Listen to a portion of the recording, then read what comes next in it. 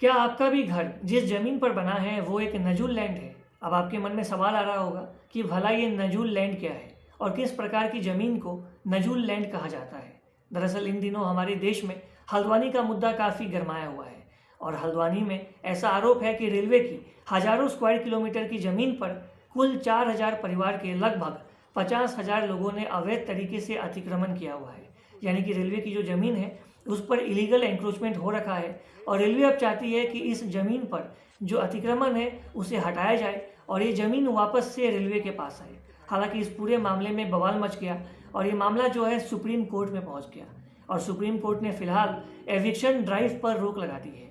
हालांकि जब ये मामला सुप्रीम कोर्ट पहुंचा तो पक्ष और विपक्ष दोनों की तरफ से तमाम दलील दी गई। जो एविक्शन ड्राइव के खिलाफ जो पक्ष था उनके द्वारा कहा गया कि जिस जमीन पर अतिक्रमण का आरोप है वो जमीन दरअसल एक नजूल लैंड है।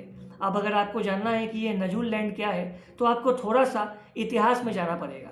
दरअसल जब हमारे देश पर अंग्रेजों का शासन था उस दौरान वर्ष 1857 में अंग्रेजों के खिलाफ एक क्रांति हुई थी, बगावत हुई थी। इस क्रांति में कई सारे जो आम भारतीय थे वो शामिल हुए थे।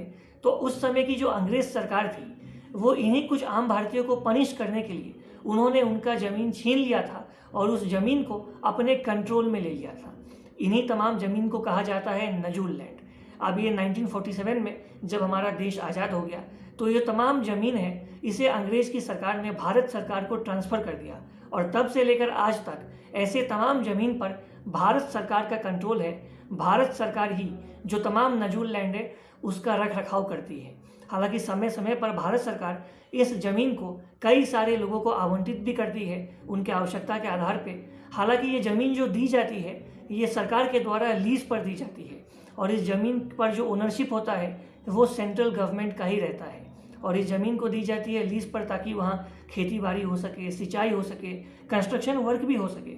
लेकिन इस ज़मीन को ना बेचा जा सकता है ना ही इस ज़मीन को किसी को ट्रांसफ़र किया जा सकता है। तो ऐसी ही जो तमाम ज़मीन है उसे नजूल लैंड कहा जाता है जो कि अंग्रेज़ की सरकार ने भारत सरकार को आज़ादी के बाद ट्रांसफ़र कर दी थी। हालांकि जब सुप्रीम कोर्ट में हल्द्वानी को लेकर ये दावा किया गया कि जिस ज़मीन पर अतिक्रमण है वो ज़मीन एक नजूल लैंड है तो कोर्ट ने इसे खारिज कर दिया और कोर्ट ने कहा कि 1857 में जो क्रांति हुआ था वो तो हल्द्वानी में हुआ ही नहीं था, तो भला हल्द्वानी में जिस ज़मीन की बात हो रही है वो एक नजूल लैंड कैसे हो सकती है। और रेलवे का दावा जो है इस पर और स्ट्रॉन्ग हो गया। हालांकि फ़िलहाल जो है एविक्शन ड्राइव पर सुप्रीम कोर्ट ने पूर्णतः रोक लगा दी है।